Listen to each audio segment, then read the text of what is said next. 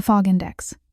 The day the city's risk board went live, my brother stopped speaking in full sentences. He kept his replies clipped, like the last words on a sinking radio channel. Fine. Later. Not hungry. He wasn't trying to be dramatic. He was trying not to leak. In Harbor 9, everything you leaked could be priced. Your voice tremor could become a surcharge. Your pulse could become an alert. Your hesitation at a crosswalk could become a probability. The new system, the fog index, claimed it would make life safer by forecasting harm before it happened. The billboards showed smiling families under a dome of pastel light. And the tagline, "See the storm before it breaks." My brother saw the storm. He just couldn't tell anyone, because it was inside him. My name is Leo Calder. I'm 16, officially enrolled in a remote learning track that mostly teaches you how to submit forms and smile at cameras. Unofficially, I'm my brother's anchor. Kellen Calder is 24, a former compliance engineer for the city's biggest insurer, Brightsalt, and a former something else that people whisper about when they think I can't hear. Whistleblower, saboteur, traiteur, hero, lunatic. Labels are cheap in Harbor 9. They float on the air like salt dust. 3 months ago, Kellen quit Brightsalt after an incident that the official news called a software outage and the unofficial channels called a casualty spike. After that, he moved back into our narrow apartment above the algae noodle stall, and he started taking baths in the dark, not to wash but to disappear into warm water, where no one could see his face and assign it a score. I learned about the fog index the way everyone did. It appeared in my vision like a polite ghost. The first time, I was on my way to school checkpoint with a lunch packet and a cheap raincoat. A pale blue number hovered over each passerby's shoulder, shifting as they moved. Linder Yar, Linder Batsi, Linder Sense. When I focused on one, a tiny caption unfolded. Slip risk, moderate. Heart event risk, low. Conflict escalation risk, high. At first I thought it was an ad overlay, another forced filter from the city's augmented signs. Then the number appeared above my own reflection in a glass door. 0.71. Caption, loss of control risk, elevated. My throat went tight. A second caption bloomed beneath it. Recommended intervention, contact guardian. I didn't have a guardian. Our parents had vanished into the sea 2 years earlier when their ferry buckled during a microstorm. No bodies, no closure, just a compensation letter that arrived with a glossy pamphlet explaining how fog index would prevent tragedies like ours. Kellen tore that pamphlet in half and fed it to the sink grinder. When the fog index appeared, it didn't feel like magic. It felt like judgment. The numbers were not just forecasts. They were invitations, ways to treat strangers like pending accidents. People stepped away from high numbers the way you step away from a barking dog. Shopkeepers refused service to 0.9 and above. Checkpoint guards pulled aside teenagers with violence probability. The city insisted it was neutral, data-driven, a weather report for human behavior. But weather reports don't deny you groceries. Weather reports don't make you into a storm before you rain. I hid my new sight from Kellen for 3 days. I thought if I didn't mention it, maybe it would fade. It didn't. It got louder. Each morning the numbers sharpened, and new tags appeared like annotations. Debt stress, grief spike, self-harm probability. The words made my stomach twist. On the 4th day, I saw a number hovering over Kellen as he stood by the sink washing a cup that was already clean. 0.96. Caption, terminal withdrawal risk, imminent. My lungs forgot how to move. I said, too fast. Kellen, can you take me to the market? He didn't look up. Go yourself. His voice was flat, as if he'd already left the room in his mind. The caption pulsed. Recommended intervention, physical proximity. The fog index wasn't just predicting, it was prescribing, and it had chosen me. I stepped close, pressed my forehead lightly to Kellen's shoulder the way I used to when I was small and he was all elbows and patience. His body stiffened. His hands trembled on the cup. Don't, he whispered, like touch was a spark near fumes. I swallowed. I need you, I said, because the system didn't say what sentence to use and I had to pick my own. Kellen's breath hitched. The number above him dipped, barely. 0.96 to 0.93. It was still too high. I tried again, softer. I'm hungry, I lied, and I can't carry the rice bag alone. Kellen's jaw clenched. He turned the faucet off with a decisive snap, as if he could shut off everything by turning one valve. Fine, he said. Put on shoes. The number dropped to 0.81. My knees went weak with relief. I had just bought time by asking for rice. At the market, the fog index turned the world into an aquarium of floating warnings. Above the fish vendor, 0.22. Knife risk, low. Above the algae cook, 0.44. Burn risk, moderate.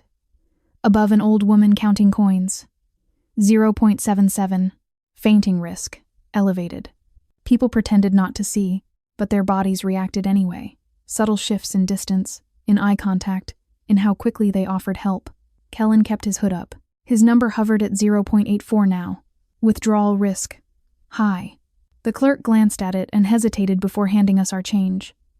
The hesitation was small, but Kellen noticed. He always noticed. His shoulders tightened. He walked faster, like he could outrun a probability. I followed, clutching the rice bag with both arms, heart thudding. If the city could score him, could it also erase him? That night, I told Kellen I could see the numbers. I expected him to laugh, to call me paranoid. Instead, he went still, as if I'd confirmed something he'd been avoiding naming. So they rolled it out, he said quietly. They actually rolled it out to civilians. His voice held a bitter awe. It's worse than I thought. I stared. You knew? I asked. He rubbed his eyes with his thumb and forefinger. I built pieces of it, he admitted. Not the overlay, not the public UI, but the underlying model, the thing that turns human patterns into forecasts. He looked at me like he was asking for permission to exist. I thought it was for emergency response. Ambulances. Fire crews. Not this. He gestured at the air as if the numbers were flies. Not for grocery clerks to decide who deserves bread. My stomach churned. Then why did you quit? I asked. Kellen's mouth twitched as if he wanted to speak, but the words snagged. He stood and walked to the bathroom. I'm tired, he said, and shut the door. I heard the bathwater begin to run. Then, faintly, a soft chime like an app notification came from nowhere and everywhere.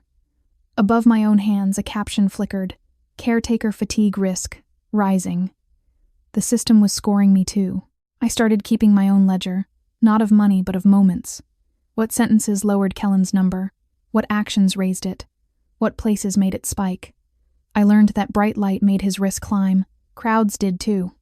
Silence was dangerous. So I filled our apartment with small noises, a kettle whistling, a radio on low volume, the rhythmic chop of vegetables I didn't always need. I learned that asking Kellen to do something for me lowered his risk more than asking him to do something for himself. The system, ironically, had trained him to accept burden only when it wore the mask of duty. I hated that. I used it anyway. On the 5th week of Fog Index, a letter arrived with the bright salt seal. Kellen stared at it like it was a snake. I tore it open because my hands were steadier. The letter said, Notice of Compliance Review. It politely requested Kellen's attendance at a wellness evaluation and offered a ride. At the bottom was a glowing QR code labeled Safe Escort. When I focused on the code, the overlay added a caption. Refusal probability, high. Recommended, escalation. My skin prickled. I showed the letter to Kellen. His number spiked to 0.98. Caption, flight risk, severe. He laughed, a sound like broken glass. Wellness evaluation, he said. They mean containment. I swallowed. Can they force you? I asked. Kellen's eyes went distant. Not legally, he said. But legally is just a costume. They'll raise our premiums. They'll cut our access to transit. They'll mark you as my dependent and drag you with me. The air felt thin. The system chimed in my vision. Family risk cluster detected. It was naming us like a disease. We needed help, but help in Harbor 9 came with scans. The clinics checked fog index scores at the door. The community centers required identity tokens. Even charity soup lines ran risk gates because donors demanded safe giving. Kellen couldn't step into a building without his number, telling everyone he was a near disaster. I thought about running away. Then I remembered we lived on a floating city. There was nowhere to run that wasn't water or gates. So I did the only thing I could. I found the seam. Harbor 9's laws were thick and complicated, but they were still laws.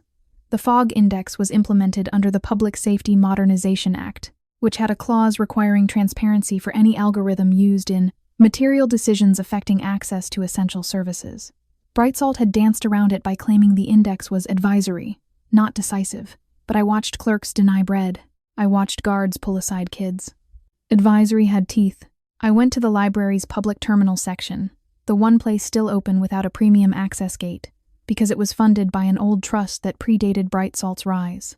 The librarian, a woman named Miss Olan, scanned my face and frowned at the number above my head. 0.69. Stress risk. Elevated. She didn't step back. She stepped closer. "You look like you're carrying a storm," she said. Her voice was gentle and annoying in its accuracy. I swallowed and said, "I need the law." Miss Olin didn't ask why. She led me to an old shelf where paper copies of statutes sat in dust. "The digital versions are filtered," she murmured. "Paper is honest. Harder to rewrite." She pointed me to the transparency clause. I copied it by hand into my notebook, because taking photos triggered ads and I didn't trust any device. As I wrote, the overlay above Miss Olan's head flickered. 0.15. Defiance risk. Low. That amused me until it didn't. Defiance risk? The system was scoring rebellion too. Miss Olin watched my expression and said quietly, "You can see it, can't you?" My pen froze. "You can too?" I whispered. She shook her head. "No," she said. "But I've seen enough children stare at air to know when they're reading something no one else can." She leaned closer. "If you can see the leash," she said, "you can sometimes find where it's tied." She gave me a name for the undercity network. The drift. Old maintenance tunnels under the flotation platform, used by smugglers and repair crews and people who wanted to move without being scored. "There are spots down there where the overlay glitches," Miss Olin said. "Signal shadow. Fog inside fog." She slid me a folded map drawn on the back of a book sleeve. My heart pounded. "Why are you helping me?" I asked. Miss Olin's eyes softened. "Because I remember when prediction was a tool," she said. "Not a prison." She tapped my notebook. "And because you're too young to be someone's appointed caretaker forever." The caption above my head flickered, almost like it was listening. "Caretaker fatigue risk. High." I folded the map into my pocket and left before the library cameras could catalog my path. That night, I told Kellen about the transparency clause and the drift. He stared at me like I'd grown fangs. "You went to the library alone?" he demanded. My number doesn't stop my legs," I snapped, then immediately regretted my tone because his number jumped to 0.9. Caption: Conflict escalation risk. Rising. I forced myself to breathe slower. "I'm sorry," I said, "but we're running out of options." Kellen's shoulders sagged. He sank into the couch like gravity had increased. "I'm not worth this," he muttered. "The city will chew you up for being near me." The words hit me like a slap. I leaned forward, voice low. "Kellen," I said, "you taught me that systems are made of decisions. People choose to build them. People can choose to break them. If you vanish, they win twice. They erase you, and they train me to accept erasure as normal." Kellen swallowed. His number dipped a fraction. "I don't know how to break it," he whispered. I held up my notebook. "Start by telling me what you built," I said. "If we can't break the whole storm, we can poke holes in the cloud." So Kellen spoke, haltingly at first, then with the momentum of a dam cracking. He explained how Brightsalt had collected harmless data, transit taps, purchase histories, school attendance, sleep cycles from cheap wrist trackers subsidized by wellness programs. They fed it into models that predicted adverse events. Then they linked those predictions to pricing. People with high risk paid more. People who paid more had less access. People with less access became more desperate. Desperation validated the model. The loop tightened. "It's self-fulfilling," Kellen said, voice hoarse. "They call it accuracy. It's just cruelty with math." He stared at his hands. "I tried to put in guardrails," he added. "I tried to stop it from being used for punishment," I asked. "And the incident?" Kellen's face went gray. "There was a storm," he said softly. "A real one. A microburst. The model flagged the evacuation routes and prioritized low-risk clusters first because it assumed they would follow instructions cleanly. High-risk neighborhoods got delayed messages. People died." His voice broke on the last word. The number above his head surged, then sputtered as if confused by grief. Caption: Moral injury. Severe. I reached out and took his hand. His skin was cold. "So you quit?" I whispered. Kellen nodded, eyes wet. "And then they decided to sell it as safety," he said. "To everyone." He looked at me with raw fear. "If you can see the overlay, Leo, it means they're broadcasting it through something you're wearing or something in the air. It means it's pervasive." The room felt suddenly full of invisible speakers. The fog index wasn't just on screens. It was in the city's breath. We went into the drift 2 nights later, entering through a maintenance hatch behind the noodle stall. The smell changed immediately. Damp metal, old salt, algae rot, the honest stink of infrastructure. My overlay numbers flickered, then fuzzed. For the first time in weeks, the air above people's shoulders was empty. No captions, no judgment. The relief was so sharp it made me dizzy. Kellen exhaled like he'd been holding his breath for months. "Signal shadow," he murmured. His eyes looked less haunted. We followed Miss Olin's map through narrow corridors lit by emergency strips. Somewhere deep, we found a door marked Bright Salt Node Access Decommissioned. Kellen's fingers trembled as he touched the lock. "This used to be a data relay," he whispered. "If it's still powered, we can sniff the broadcast." He pulled a small toolkit from his bag.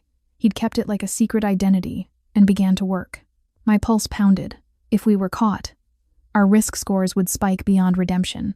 But here, in the shadow, the system couldn't see. We had a pocket of freedom, and it felt fragile as glass.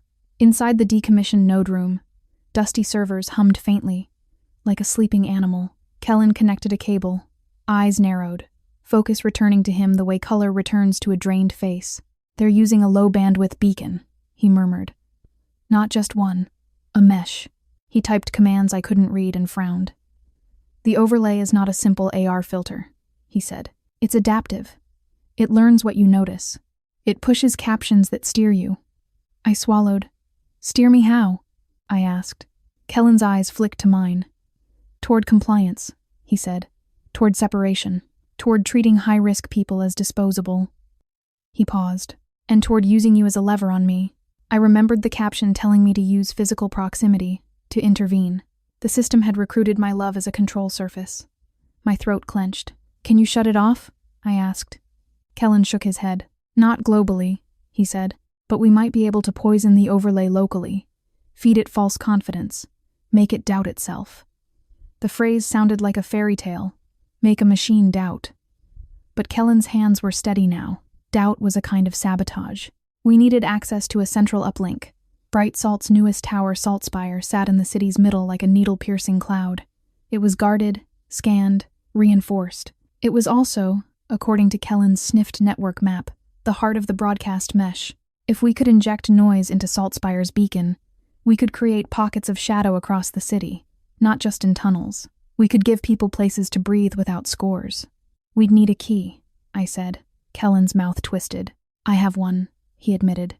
"They never revoked my engineer token. They wanted me close. They wanted to track me." His eyes hardened. "Then we used their leash to enter their kennel." My stomach flipped. "They'll catch you," I whispered. Kellen looked at me, and for a second I saw the brother he used to be, the one who built kites from plastic and taught me knots and pretended storms were puzzles. "Then you don't come," he said. "You stay in the drift with Miss Olin." The thought of letting him walk into Saltspire alone made my ribs ache. My overlay numbers were absent down here, but my fear was real. "No," I said. "If the system is using me to steer you, then I'm part of the problem. I'm also part of the solution." Kellen opened his mouth to argue, then closed it. He nodded once, reluctantly. "Then we do it fast," he said. "And we do it clean. We planned like thieves and like students, because that's what we were. One disgraced engineer, one teenager with a notebook, and a librarian who knew where paper was hidden. Miss Olin supplied old schematics for Saltspire's lower levels maintenance access points that weren't on public maps. She also gave me a list of names. Dock workers, vendors, and bus drivers who had been quietly pushed out of services by high-risk scores. "If you make holes in the fog," she said, "people will need to know where to find them." She was building a community response around our sabotage, like a nervous system forming around a wound. The night we went up, the city was wrapped in wet fog that smelled like rust. Above ground, my overlay returned instantly, numbers glowing in the mist like lanterns. Saltspire loomed ahead, its glass skin reflecting the port lights. Kellen's number hovered at 0.89. Threat risk, high, and mine at 0.73. Influence risk, elevated. Influence risk? The system was admitting I could change things. That made my skin crawl. We approached the service entrance wearing maintenance jackets Miss Olin had acquired. Kellen kept his face blank. At the scanner gate, his old token chirped green. The guard's eyes flicked to his number and narrowed. Calder, the guard said slowly. Thought you were relocated. Kellen smiled politely. Compliance visit? He lied. His number spiked, then steadied as the system accepted the lie as a predictable move. The guard let us through. Inside, Saltspire smelled like cold air and expensive cleaning chemicals. The walls were too white, the silence too curated. My stomach tightened. Here, the fog index felt stronger, the captions sharper, the numbers more aggressive. We were walking into the eye of the storm, where the storm was made. We descended instead of climbing, taking a service elevator down into the tower's belly. The lower levels were warmer, filled with the hum of machinery. Kellen guided us to a locked room marked Beacon Control Authorized Personnel Only. He swiped his token. The lock hesitated, then clicked. The door opened. Inside, a cluster of emitters sat on a rack like metallic flowers. Cables ran like veins. Kellen exhaled and knelt, pulling out his kit. We inject noise here, he murmured. A subtle bias. Enough to scramble certainty. He connected a small device, a homemade transmitter. My heart hammered. The overlay above Kellen's head flashed warnings. Sabotage probability, high. Intervention recommended. I felt a cold wave as if the system were leaning down to whisper in my ear. Captions popped over my hands. Stop him. Call security. My throat tightened. The system was trying to recruit me against my brother. For a split second, my limbs felt heavy, like a suggestion had weight. Then I looked at Kellen's bowed head, his hands steady, and I remembered the day he carried me through floodwater to the clinic, whispering jokes to keep me from crying. Love is also weight. I clenched my fists and stepped closer, blocking the door with my body. No, I whispered into the air, to the machine, to the city. Not this time. Security came anyway. Not because the system had my cooperation, but because it was designed to detect anomalies. A faint alarm began to pulse, like a heartbeat quickening. Kellen cursed softly. Almost, he muttered. Give me 30 seconds. Footsteps echoed in the hall. My overlay numbers surged. Caption: confrontation imminent. I swallowed panic and scanned the room for anything useful. There was a maintenance panel with a manual latch. I yanked it open and saw a conduit shaft wide enough for a person if they didn't mind bruises. Kellen, I hissed. Shaft. He didn't look up. 10 seconds, he said. The footsteps got closer. I pulled a wrench from the wall rack and wedged it into the door's hinge in a way Miss Olin had taught me. Jam, torque, delay. The door shuddered as someone tried to open it. Open up, a voice barked. Kellen's device beeped once, then twice, then glowed steady. He yanked his cable free. Done, he breathed. The door began to give. I grabbed Kellen's sleeve and shoved him toward the conduit shaft. We climbed into metal darkness as the door burst open behind us. Someone shouted. I heard boots, then the hollow clang of hands slapping the conduit wall. We crawled like rats through a city built to punish rats. We emerged into a maintenance corridor that fed into the undercity transfer tunnels. We ran until our lungs burned, then slipped into the drift, where the overlay fuzzed and disappeared again. Kellen collapsed against a pipe, laughing breathlessly. We did it, he whispered. I stared at him. Did we? I asked. Above ground, the fog index still existed. It would keep scoring. It would keep judging. A single sabotage couldn't erase years of conditioning. But when we climbed out of the tunnel near Miss Olin's library, we saw something different. People on the street pausing, looking around, confused. Above their heads, the numbers flickered. Some vanished. Some froze at nonsensical values. A man at a bread stall blinked, then handed a loaf to a woman whose number had been 0.9 2 minutes earlier. He seemed to realize he'd been waiting for permission to be kind, and the permission had always been a lie. My throat tightened. The holes in the fog were real. The city, briefly, forgot how to judge. Bright Salt responded with fury masked as concern. The next morning, emergency alerts blared. System calibration event. Please remain calm. They blamed outside interference, promised restored accuracy, and urged citizens to report unusual behavior. They offered premium discounts for community reporting. People love being paid to be suspicious. Patrols increased near the drift entrances. The library got a new camera. Miss Olan taped paper over it every night and peeled it off every morning like a ritual of small resistance. They can't patch human stubbornness, she said. Not quickly. Kellen's number remained high, but the captions changed. Now, instead of withdrawal risk, it read influence risk. The system had reclassified him as a contagious idea. The hardest blow came from inside our own apartment. One evening, Kellen sat at the table, hands wrapped around a mug, eyes hollow again. His number climbed. Caption: Despair spike. He said quietly, "They'll tighten. They'll find the drift. They'll erase Miss Olin. They'll put you in a foster dome." I felt my throat constrict. The overlay above my head pulsed. 0.88. Panic risk.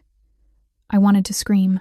Instead, I reached into the cupboard and pulled out the emergency ration tin our parents had stocked, the one Kellen refused to open because it felt like admitting they were gone. I set it on the table with a loud clank. Kellen flinched. "Open it," I said. He stared. "Why?" he asked. "Because it's there," I said. "Because they left it for us. Because you keep acting like survival is a crime." Kellen's mouth trembled. He reached out, fingers hesitant, then popped the tin. Inside were dried fruit strips and a tiny handwritten note on waterproof paper. Kellen's breath caught. He unfolded the note, our mother's handwriting, looping and stubborn. "If the city ever tells you what you are, remember you can still choose what you do. Love." M. Kellen stared at the note until tears slid down his cheeks. His number dropped, slowly, like a storm moving offshore. 0.94 to 0.7 to 0.58. Caption: Hope event. The system called my mother's note a hope event, as if hope were an anomaly. I hated the machine for that. I also laughed through my own tears. "See?" I whispered. "We still choose." We expanded the holes in the fog not with more sabotage. Bright Salt had tightened physical security, but with social mapping. Miss Olan helped us create a whisper network. Chalk marks on alley walls that meant no overlay here. A certain pattern of paper, cranes folded. And hung in street stalls that meant signal shadow nearby. A string of blue beads on a bike handle that meant safe route. The city loved data. We used analog. In a world that priced every click, we traded in symbols. People began to find each other in the shadows. High-risk teens met without being scanned. Workers organized without being flagged as conflict probability. An old woman who fainted twice in a week got neighbors bringing soup because they could, not because the fog told them it was safe. The city's kindness began to reappear in pockets, like flowers pushing through cracked pavement. Bright Salt tried a different tactic. They offered Kellen a deal. A representative visited our building, smiling the way you smile when you want someone to feel small. She introduced herself as Mira Haas, Restoration's lead. Her number hovered at 0.1. Manipulation risk, unreported. That made me shiver. She sat in our kitchen without asking and said, "Kellen, we can clear your score. We can reset your profile. You'll be eligible for housing upgrades, health credits, education grants for your sister." She glanced at me, eyes bright with calculated sympathy. Leo deserves stability. The system's captions above my hands flashed. Accept. Survival opportunity. My stomach turned. Kellen's jaw tightened. "What's the price?" he asked. Mira smiled. "Just cooperation," she said. "Come back. Help us patch the holes. The fog index is for safety. You, of all people, should understand." Kellen stared at his mother's note on the table. Then he looked at me. His number dipped a little, then steadied. "I understand perfectly," he said. "That's why I won't." Mira's smile cooled. "Then you'll remain a risk cluster," she said softly. "And risk clusters are managed." She stood and left without another word. After she was gone, the overlay above our doorframe pulsed. Surveillance probability increased. The city had drawn closer. The next week, Miss Olin was arrested. Not dramatically, not with sirens. 2 polite officers came to the library and escorted her out for questioning. Her number, which I could see even from across the street, hovered at 0.62. Defiance risk. Elevated. She didn't struggle. She just looked at me once, steady, and tapped her temple with 2 fingers, the gesture she used to mean, remember. Then she was gone. The library's doors shut. A notice appeared. Temporarily closed for system upgrades. I felt a cold emptiness in my chest. Kellen's number spiked again. Caption, guilt spiral. He whispered, "This is my fault." I grabbed his wrist. "No," I said, voice shaking. "This is their choice. Their design." The fog index tried to overlay my words with a caption. "Hopelessness likely." I swallowed and said louder, as if volume could scare the machine. "We don't stop because they grabbed our teacher. We stop because she taught us how to keep going. To get Miss Olin back, we needed leverage. Harbor 9 respected only 2 things, money and fear of exposure. Bright Salt had money, we had exposure. If we could reach the right eyes." Kellen knew where the bodies were hidden, not literal bodies, though those too, in the sea but data bodies. Logs of delayed evacuation notices, premium hikes tied to grief markers, suppression of neighborhoods labeled volatile. He'd copied fragments before he quit, encrypted and scattered. He called them the salt caskets. "If we release them," he said, "Bright Salt collapses. But they'll retaliate. They'll shut down transit. People will suffer." I stared at him, heart pounding. "So we don't dump everything," I said. "We barter." The word tasted ugly, but we were in a city built on barter. "We leak enough to make them negotiate," I continued. "We demand Miss Olin's release, and the transparency audits, and the right to opt out of the overlay." Kellen's eyes searched mine. "You're 16, he whispered. "You shouldn't have to negotiate with monsters." I swallowed hard. "Then stop acting like you're the only one who can," I said. "You taught me systems. I'm using the lesson." We chose our leak carefully. A single file showing the evacuation delay model from the storm incident, with timestamps and a map overlay that made the cruelty obvious. We sent it to a journalist known for not taking Bright Salt ads. Her name was Sia Ruan, and her channel survived by viewer donations and stubbornness. We met her in a signal shadow alley, where the fog index flickered uselessly. Sia's number was 0.51. Courage risk, moderate. That made me smile despite everything. She listened as Kellen explained, voice tight. She didn't interrupt. When he finished, she said softly, "They turned tragedy into pricing." Kellen nodded. Sia exhaled and said, "If I publish this, they'll come for me." Kellen's eyes darkened. "They'll come anyway," he said. "They always do. The difference is whether people see their hands." Sia looked at me. "And you?" she asked. "Why are you here?" I swallowed. "Because the fog index thinks love is a lever," I said. "And I'm tired of being used." Sia stared, then nodded slowly. "All right," she said. We publish. We publish loud." The broadcast hit the city like a crack in glass. People shared it in whispers, in shadows, in screenshots that Bright Salt struggled to suppress. The official networks called it contextless misinformation. The fog index captions above people's heads began to stutter, as if the system was recalculating under the weight of doubt. In some neighborhoods, clerks stopped checking numbers out of shame. In others, the numbers became more aggressive, as if the system tightened its grip on those still obedient. Bright Salt issued a statement promising an independent review. Everyone laughed at the word independent. But the laughter was a kind of freedom. Laughter means you haven't fully surrendered.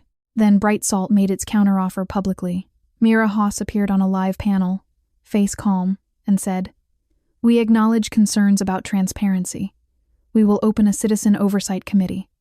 The committee, of course, would be curated, but it was a concession. It meant the leak had hurt." That night, an anonymous message appeared on my cheap tablet, bypassing usual channels. "Meet at Dock 17. Bring the note." My stomach dropped. It could be a trap. It could be Miss Olin. Kellen's number surged, and mine too. The fog index captions urged me to stay home, to seek safety. I ignored them. We went to Dock 17 inches the rain, clutching our mother's note like a talisman. At Dock 17, under a tarp that flapped like a nervous wing, Miss Olin sat on a crate, hands cuffed loosely but eyes fierce. A young officer stood nearby, face tense. His number hovered at 0.83. Betrayal risk, high. He swallowed when he saw us. I wasn't supposed to let her contact you, he whispered. But, he glanced away. Miss Olin lifted her cuffed hands and said, Paper is honest, but people can be honest too, if you give them a chance. The officer flushed. They're moving her to a dome facility tomorrow, he said. After that, you won't see her. Kellen's face went pale. What do you want? He asked the officer. The officer's hands shook. I want to stop hating my neighbors because a number told me to, he blurted. My brother got a 0.91 after he lost his job. They cut his transit. He never got to the clinic. He died and the system called it an unavoidable outcome. His voice cracked. I can't keep doing this. Miss Olin watched him, eyes soft. Then don't, she said. She looked at Kellen. Your leverage worked, she added. Bright Salt is scared. They offered me a deal. Silence for release. Kellen's jaw clenched. Did you take it? He asked, voice tight. Miss Olin shook her head. I'm old, she said. I can afford to be loud. Then she turned to me. But you, she said gently. You have to be strategic. Loudness without a plan is just another tragedy they can price. We made the plan on that dock, rain soaking our jackets. We would accept Bright Salt's oversight committee, but we would pack it with people from the drift, people harmed by the fog index. We would demand live-streamed meetings, public audit access, and a full opt-out mechanism for the overlay. Bright Salt would resist, but their stock was wobbling under the leak. Fear makes negotiators sloppy. Kellen would provide just enough salt casket evidence to keep them afraid, but not enough to collapse the city's transit in retaliation. We would also demand Miss Olin's release as a symbolic trust-building gesture. Symbols matter in a city run on stories. Miss Olin smiled at the word symbolic. Use their theater against them, she murmured. The young officer nodded, eyes wet. I can get you into the first committee meeting, he whispered. They need a youth voice. They'll let your sister attend as a token. He looked at me. You? He corrected, flustered. I glanced at my overlay, faint in the rain but still there. My number hovered at 0.79. Caption. Influence. Risk. High. The system was right. I was dangerous now. Not because I would harm someone physically, but because I could move people out of obedience. The committee meeting took place in a glass hall under Saltspire. Filmed by TideNet cameras, Bright Salt executives sat in the front row, smiles polished. Citizens sat behind them, nervous. Above everyone's heads, the fog index floated like a silent choir. Mira Haas sat on stage and said, "We welcome dialogue." The word welcome made me want to bite. Kellen stood in the back, hood up, not officially invited, his presence a risk. Miss Olin wasn't there. She was still in custody. The young officer, his name was Wren, stood by the door, pretending to be security. My hands sweated. When my turn came, I stepped to the microphone and felt the system try to nudge my throat closed. Caption. Stage fright probability. High. I forced my voice steady. My name is Leo Calder, I said. I'm here because your system turned my brother into a storm, and then blamed him when it rained. Murmurs rippled. Mira's smile tightened. We regret any distress, she began. But I cut in. Distress is not the problem, I said. Control is. I held up my notebook and read the transparency clause aloud, word for word. Paper words in a glass hall. I watched the executives' faces shift. I continued. You say the fog index is advisory. Then why do your partners deny services based on it? Why do transit gates lock for high scores? Why do clinics refuse entry? I paused, scanning the room. If it's advisory, you have no right to broadcast it over our heads. The hall went quiet. The fog index above Mira flickered. 0, 12. Reputation risk. Rising. Even the machine feared exposure. Then I did the one thing Bright Salt couldn't anticipate. I asked the room to look away from the numbers. Right now, I said, voice shaking but clear. I want everyone to close your eyes for 10 seconds. People hesitated. Closing your eyes in Harbor 9 felt like inviting harm. Mira laughed softly. This is not a meditation session, she said. I ignored her. 10 seconds, I repeated. If you're brave enough to let a number tell you who to fear, be brave enough to not look at it for 10 seconds. A few people closed their eyes. Then more. The camera zoomed. Confused, I closed my eyes too. In the darkness behind my lids, the overlay faded. Silence expanded. In that tiny interval, without numbers, the hall became just humans breathing. When I opened my eyes, I saw something startling. Several people were looking at their neighbors differently, as if they'd forgotten the habit of judgment and were surprised by the softness underneath.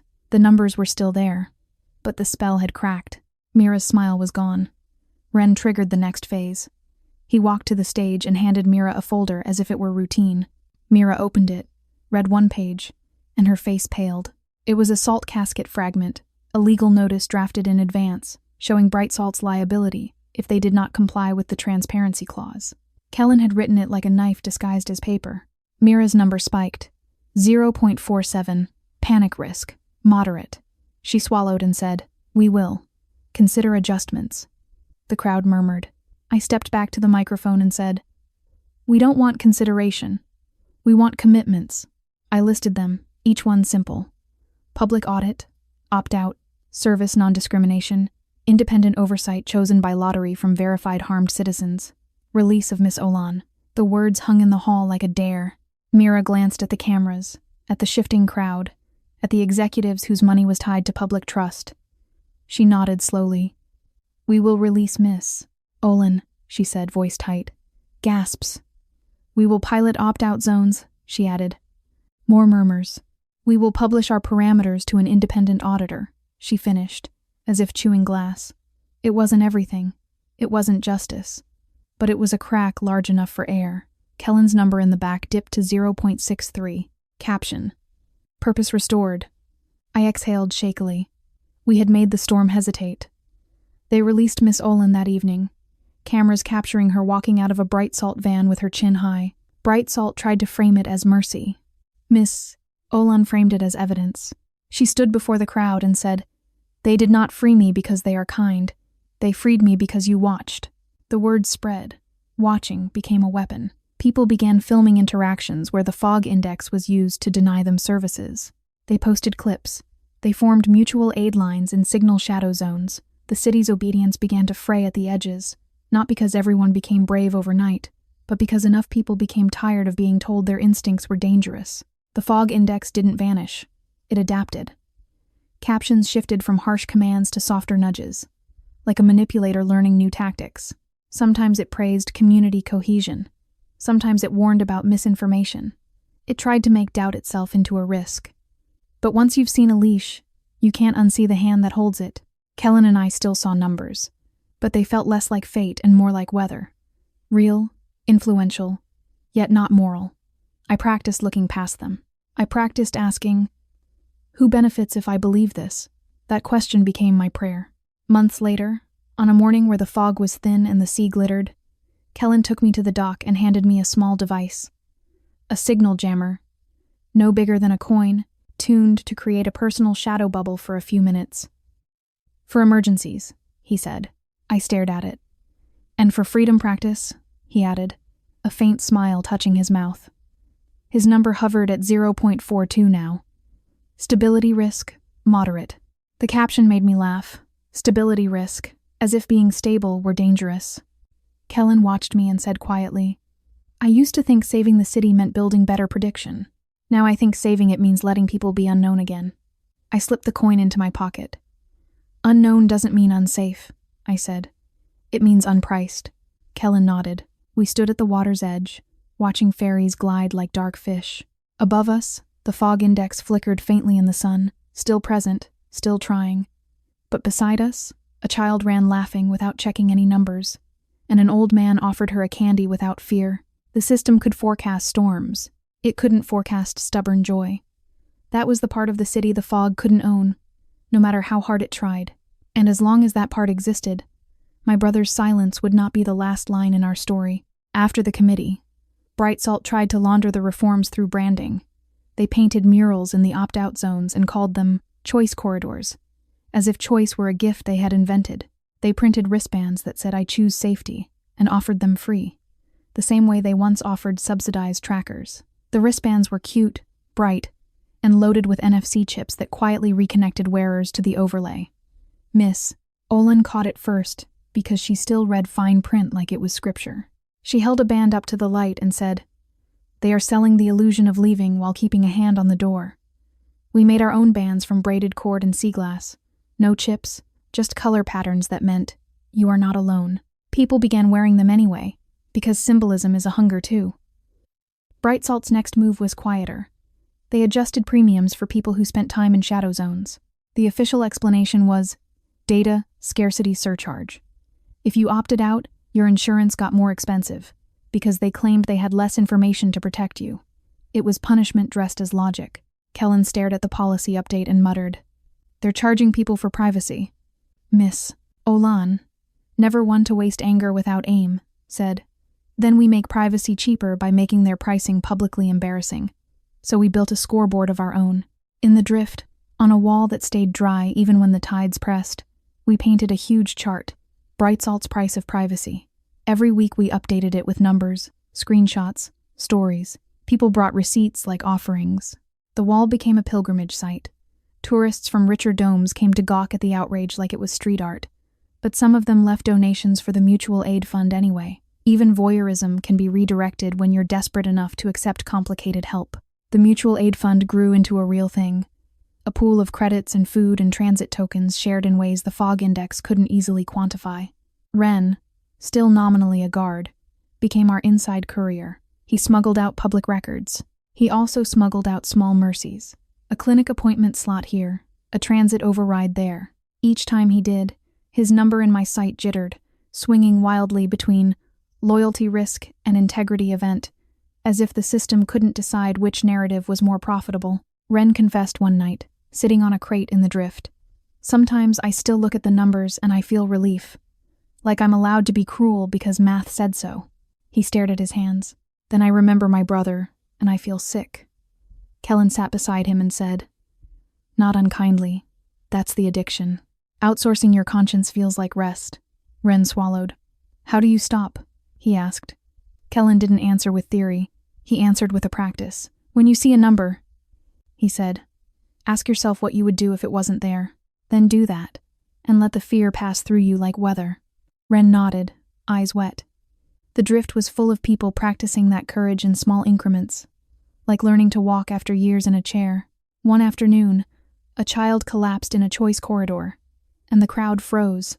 Above the child's head, the overlay flashed 0.95. Contagion risk. Unknown. People stepped back as if fear were contagious too. I felt my chest tighten. The old version of me would have hesitated, watching the caption like it was law. Instead, I pushed forward, knelt, and checked the child's breathing the way Kellen had taught me. The child was hot, dehydrated, lips cracked. A woman nearby whispered, "Don't touch, it's high." I looked up at her and said, voice steady, "It's a kid." That was all. The sentence broke the spell. Another person stepped forward with a water bottle. Then another offered a jacket for shade. The child coughed, then cried, then drank. The overlay above the crowd flickered, recalculating in confusion, because kindness had happened without permission. Later, "Miss," Olin said quietly, "that's how systems die. Not with one grand hack, but with 1,000 unapproved rescues." Bright Salt couldn't tolerate unapproved rescues, so they tried to co-opt them. They launched a program called Hero Points Micro Rewards for Prosocial Behavior, tracked through wristband scans and overlay confirmations. The ads showed smiling teens helping elders across streets, their scores dropping like confetti. The program was a trap. It turned kindness into currency, which meant it could be withheld, priced, and used to shame those who helped in ways the system didn't recognize. Kellen watched the first Hero Points ad and laughed without humor. "They're trying to remonetize decency," he said. I wanted to throw something at the screen. Miss Olin turned the TV off and said, "Then we help in ways that don't scan." We began organizing blind errands, neighbors leaving groceries at doors without cameras, cash folded into library books, rides offered on unregistered bikes. People got creative. A woman who knitted made hats with hidden pockets for transit tokens. A dock worker welded a bench that concealed a first aid kit. The city had trained us to perform for points. We learned to disappear our goodness from the scoreboard. As our shadow network spread, the fog index started producing stranger captions. I would look at a crowd and see, not risk but narrative, non-compliance cluster, contagious doubt, sentiment drift. The machine was no longer pretending it cared only about safety. It was tracking belief. That frightened me more than any violence probability, because it meant the system had always been about controlling what people thought was normal. One night, as I walked home, a new caption appeared above my own head in a font I hadn't seen before. Crisp and official. Candidate. My skin went cold. Under it, high influence, recommend recruitment or neutralization. The word neutralization made my mouth go dry. I sprinted the last block, heart slamming. In our apartment, Kellen listened as I told him, face pale. He didn't panic. He just nodded slowly, as if he'd been waiting for this escalation. They're acknowledging you.